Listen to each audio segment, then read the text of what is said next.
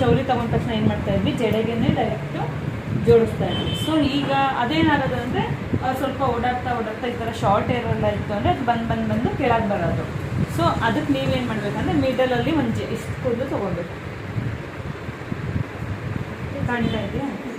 ಇಷ್ಟು ಕೂದಲು ತೊಗೊಂಡು ಅದ್ರ ಒಳಗಡೆ ಚೌಲಿನ ಹಾಕಿ ನೋಡಿ. ಇದನ್ನ 2 ಭಾಗ ಮಾಡ್ಕೊಳ್ಳಿ. 2 ಭಾಗ ಮಾಡ್ಕೊಂಡು ಈಗ 3 ಭಾಗ ಇದೆಯಲ್ಲ, ಹಿಂಗೆ ಡಿವೈಡ್ ಮಾಡಿ ಹಿಂಗೆ ಜೋಡಿಸ್ಕೊಳ್ಳಿ ಟೈಟಾಗಿ. ಅದನ್ನೇನು ಮಾಡಬೇಕು,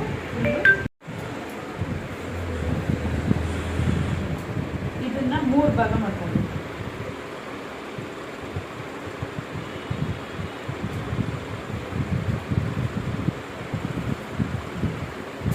ಟೈಟಾಗಿ ಜಡೆ ಹಾಕಿ.